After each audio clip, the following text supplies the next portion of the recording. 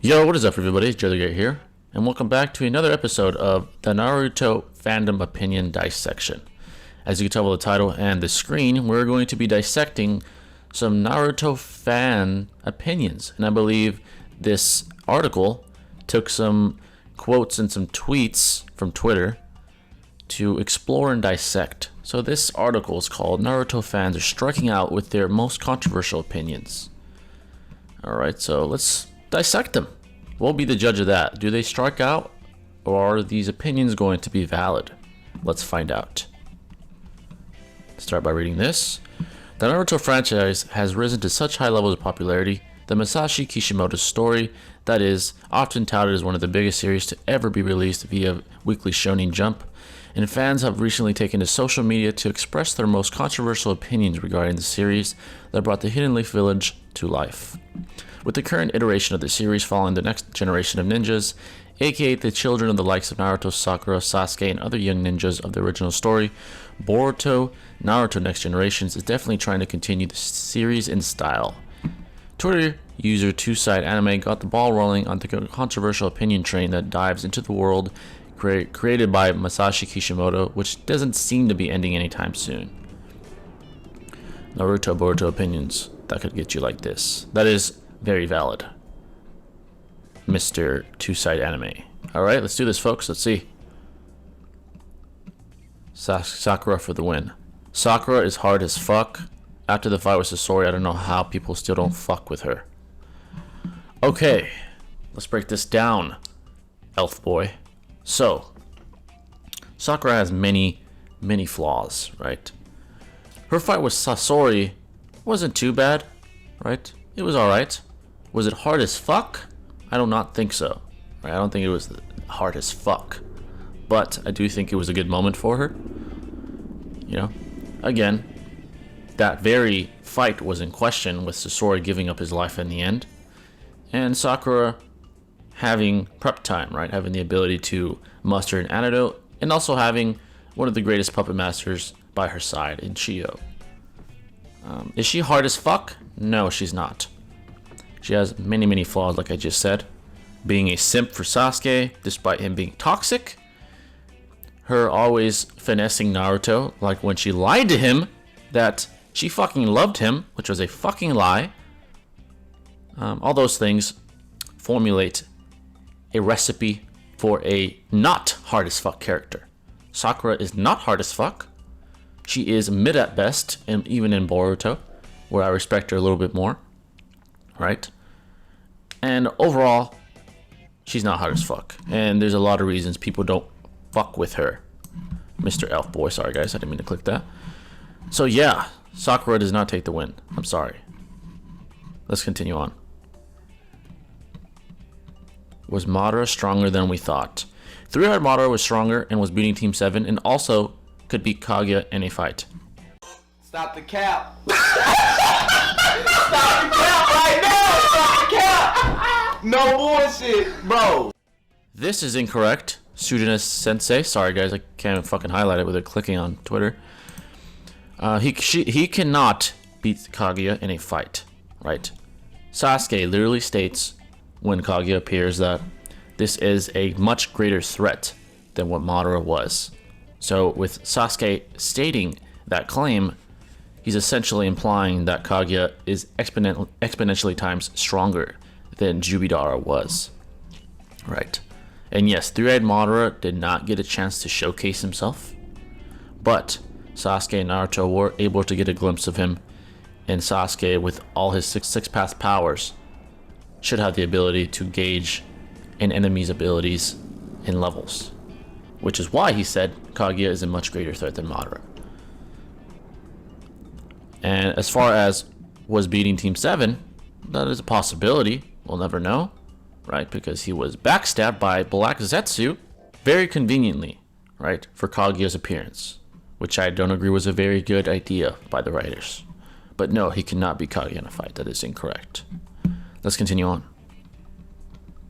Boruto has the goods. Okay, can't really see this. Unfortunate. Let's go go to the next. Fans are sleeping on Donzo. Donzo is one of the best villains in Naruto, and without him, Naruto's story wouldn't be as good as it is now. Okay, Russell. I'll entertain it. I'll say this, folks, about Donzo. He's hated like he should be. Donzo is a piece of fucking shit. Alright? He is a piece of shit, obviously, with him basically giving Itachi the famous ultimatum to either kill the Uchiha clan or join them in inevitable extinction. Right? And he chose the former. So, he is a piece of shit, but yes, he was a catalyst for the beginning of this whole debacle, right? Itachi kills his clan, he leaves, Sasuke builds hatred in his heart, and that's when he meets Naruto, and the whole journey begins. Right? The whole journey begins. This is Sasuke's whole motive for his teenage life, for his childhood, right? To kill his brother Itachi. And Donzo was the catalyst for all that shit, right? So you see, one of the best villains. I don't agree with that. I do think Pain, Itachi, and a couple others are more compelling, but Donzo was a very important catalyst to the plot. And maybe you have a point with the last claim. Naruto's story wouldn't be as good as it is now. That's fair. But no one's sleeping on Donzo. He's a bitch. But again, that's what the writers wanted. He's a villain. So, let's continue on. The Akatsuki remains the GOAT. Akatsuki Kara. Whoa. Okay, wait, let me continue reading on. Not in terms of powers. Okay. But entertaining and backstory. Writing. It felt like every character is unique in his own, and their interactions are really enjoyable. Okay, Nada. This actually really isn't controversial at all. I actually agree. The Akatsuki are better written. Absolutely. Abso-fucking-lutely. Right? And I'm glad you said not in terms of power, because I was about to flame you. Now, the Kara aren't bad, right? But I believed it was kind of forced. We got a glimpse of all of them pretty quickly compared to the Akatsuki, right? The Akatsuki was hundreds of episodes in the making. So, I do think Kara is not as good as Akatsuki in terms of writing and entertainment and polarization. I think the Akatsuki are more polarizing, more compelling. Even the weakest of characters. Even Hidan had me hooked. I remember back in the day when he fucked up Shikamaru and fucked up Asuma, right? I was compelled. I was intrigued by all, really. I think they did a great job with the Akatsuki. They were very threatening and just very compelling. The Kara, on the other hand, was a little forced, right? They don't seem as threatening, except maybe Ishiki himself. He's a fucking beast. And Code now in the most recent chapters of the Boruto manga, possibly. He might have the potential for that. So let's see how that musters up, right? But the Kara, yeah, is not as good as the Akatsuki, writing-wise. I do agree, and I think most of the Naruto fandom would agree, so I don't see how this is very controversial at all, to be quite honest with you. So they do remain the GOAT. You are correct, Nada. Let's continue on. Not everyone is a fan of Boruto. Boruto is trash and shouldn't exist. It is just a crash grab because Naruto and Sasuke are such popular characters. They needed to continue a story with them in it somehow. Okay, Bass Pro. Let me say this. At the very beginning of Boruto, it was trash. Right? It was trash. It seemed kind of forced. And there was a lot of fluff in it. A lot of bullshit. Right? A lot of fillers. A lot of boring ass episodes about Boruto living this privileged life. Having this very convenient ability to use a Jogan, I believe. And then was handed godly power by Akatsuki. Because his father defeated the Akatsuki, not him. He was handed that giant Rasengan at the end. Remember that. But very conveniently, he was handed god power by Momoshiki Akatsuki. Very convenient. Very, very convenient. Right? So, I do agree that at beginning it was trash. Now, it is not trash. It is actually what I would classify as a good anime. Is it god tier? No, it is not. Is it great? I don't think so. But it has potential. It most definitely has potential. And we'll see where it goes from here. We'll see where it goes from here. As far as the whole cash grab thing, you might have a valid point there. I mean, isn't that the point of any anime, though? They want to make money. They want to sell mangas. They want to get eyeballs on the screen when the animes make their debut, right? So I think every anime in a way is a cash grab. But I see what you're saying. I'm just being pedantic. Overall, this isn't a complete shit show of an opinion. You know, I don't agree with it being trash now. But yeah, so this isn't too bad. Let's continue on. It isn't the best anime in the world. Stop the cap. Stop the cap right now. Stop the cap. No bullshit, bro. Okay, tactical. Naruto is one of the best-selling mangas of all fucking time. So, if that is your subjective opinion, you may have it.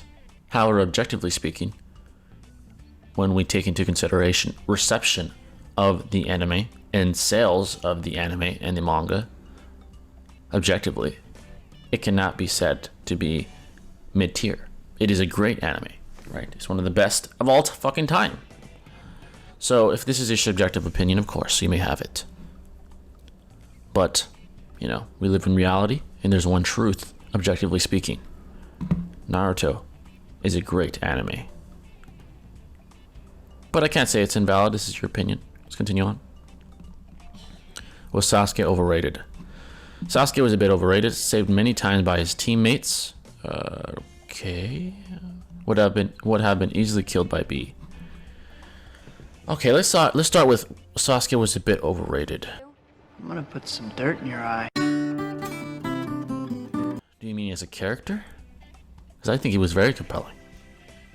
He was literally the motivation for Naruto during his teenage life, right? He was the man, or the teenage shinobi that he was trying to chase, trying to reach his level, trying to surpass his level to bring him back to the Leaf Village. Right, so I do not think he was overrated at all. He's one of the most loved characters in the entire Naruto verse and in all of anime. That's an objective fact. Look at the anime community. Sasuke is very revered. So I disagree. Saved many times by his teammates. When was he saved by his teammates, bro? Let's start from the beginning here. When the Sound Four take him, right? The Sound Four take him. He's taken first for Orochimaru's new body, and then, you know, the Genin and the Shinobi go after him, right, when they try to save him, and they fail to do so. So they didn't save him then. And after that, he didn't need fucking saving because he was stronger than everybody else, including Naruto, for a very long time.